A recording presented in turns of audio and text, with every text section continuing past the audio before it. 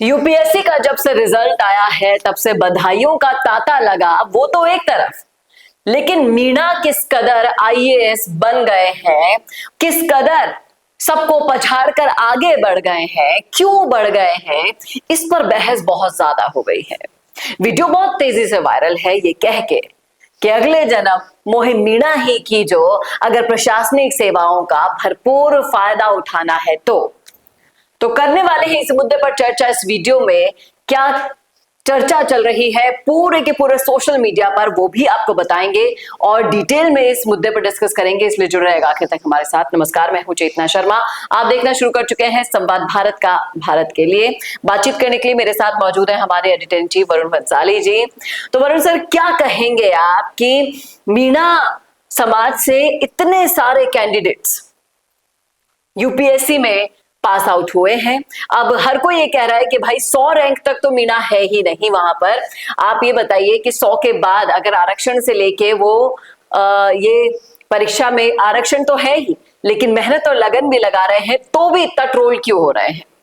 देखिए, ट्रोल इसलिए हो रहे हैं, आप इस बात को समझिए। अगर पूरा लिस्ट अब देखते हैं, ये जो लिस्ट खुली हुई है ये एक लिस्ट है, लेकिन जो एक ऑफिशियल लिस्ट है वो भी अगर आप देखते हैं तो पता चलता है कि लगभग 73 सिलेक्शंस हुए हैं एसटी में, और उन 73 सिलेक्शंस में से 25 सिलेक्शन तो उनके हैं जिनके नाम के पीछे मीणा लगा है। कई नाम ऐसे भी होते हैं जो अपने होते मीणा है पर अपने नाम के पीछे मीणा नहीं लगाते। 10-12 वो भी है। यानी कि आप समझिए कि एसटी यानी कि शेड्यूल्ड ट्राइब्स यानी कि आदिवासी में से जो 72 या 74 लोग निकले हैं, उसमें से लगभग 30 से ज्यादा लोग, which means 40% of it is Meena. यानी भील और जितने सारे ट्राइब्स होते हैं वो सारे ट्राइब्स को कितना कम परसेंटेज मिला, ज्यादातर मीणाओं को ही मिला। और जब से ये बहस चल रही है तब से यही एक लांछन यूपीएससी पर लगाया जा रहा है कि यूपीएससी में भी पक्षपात होता है। देखिए, पक्षपात एक बात है, लेकिन आपको समझना पड़ेगा ये पक्षपात से आगे बहुत कुछ है, और उसको अगर हम पूरा पुरजोर तरीके से समझें तो कई सारी चीजों के अंदर डीप डाउन जाना पड़ेगा। आज आदिवासियों में भील भी आते हैं जिनके लिए भील प्रदेश की मांग की जा रही है। ये भील राजस्थान में वागड़ क्षेत्र में पाए जाते हैं, कुछ महाराष्ट्र में, कुछ मध्य प्रदेश में, कुछ गुजरात में पाए जाते हैं। अब समझने वाली बात यह है कि ये भील प्रजाति या और जो आदिवासी ट्राइब्स होती हैं मीणा के अलावा, ये इतनी ज्यादा पिछड़ी हुई होती है कि अपने स्कूल भी कई लोग पूरे नहीं कर पाते, तो आगे पढ़ना तो बहुत दूर की बात है। 2 वक्त का खाना छोड़िए, वो गरीबी की उस कगार पे है कि मेहनत मजदूरी भी पूरी नहीं मिल पाती जी। ऐसे में अभी आपने इसको थोड़ा सा और गहराई से समझेंगे तो अभी आपने इतने सारे केसेस सुने कि मजदूरी करने कोई भील गया गुजरात, वहां पे उसकी मौत हो गई। कोई जयपुर के पास जेसीबी के नीचे आ गया, उनकी मौत तक को पुलिस सीरियसली नहीं ले रही।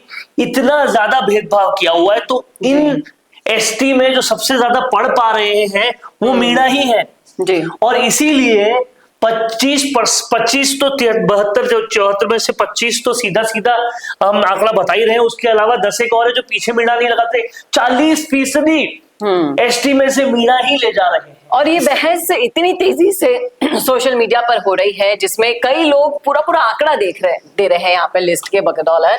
आप देखिए, इसमें बताया जा रहा है साफ साफ कि इतने उम्मीदवार आए। देखिए, 25 मीणा का नाम है, ठीक है, लेकिन अगर आप इसको पूरा खोलेंगे, इसको पूरा अंदर तक जाएंगे तो यहाँ आपको पता पड़ रहा है टोटल 73 एसटी है।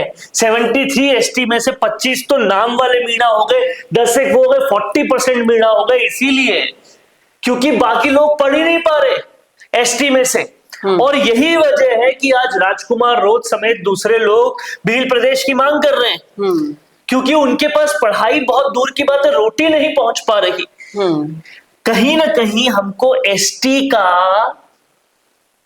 पूरी समझ जब हम लेंगे तो पता पड़ेगा नमो नारायण मीणा, हरीश मीणा, ये सब एक परिवार से ही क्यों बनते जा रहे हैं। जी। क्योंकि बाकी लोगों को पता ही नहीं है। ये भी हो सकता है बाकी लोगों तक पढ़ाई पहुंच नहीं पा रही। जी।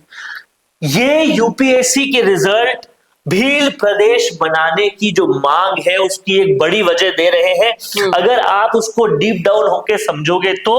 नहीं तो आप समझिए बाबा साहेब भीमराव अंबेडकर ने इसलिए आरक्षण दिया था कि सब लोग जो पिछड़े हैं उन तक आरक्षण पहुंचे और वो समान लाइन में आकर कंपटीशन कर सकें। लेकिन हो क्या रहा है, 40% तो मीणा ले जा रहे हैं, बाकी जो थोड़ा बहुत पढ़ाई देख पाए वो ले जा रहे हैं।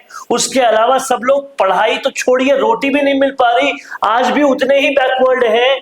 क्योंकि जिस तरह से किरोड़ी लाल मीणा ने कई बार बोला था कि इसमें भी क्रीमी लेयर छटनी चाहिए, उस क्रीमी लेयर की छटनी नहीं हो रही और असल में जो पिछड़ा है वो आगे नहीं आ रहा।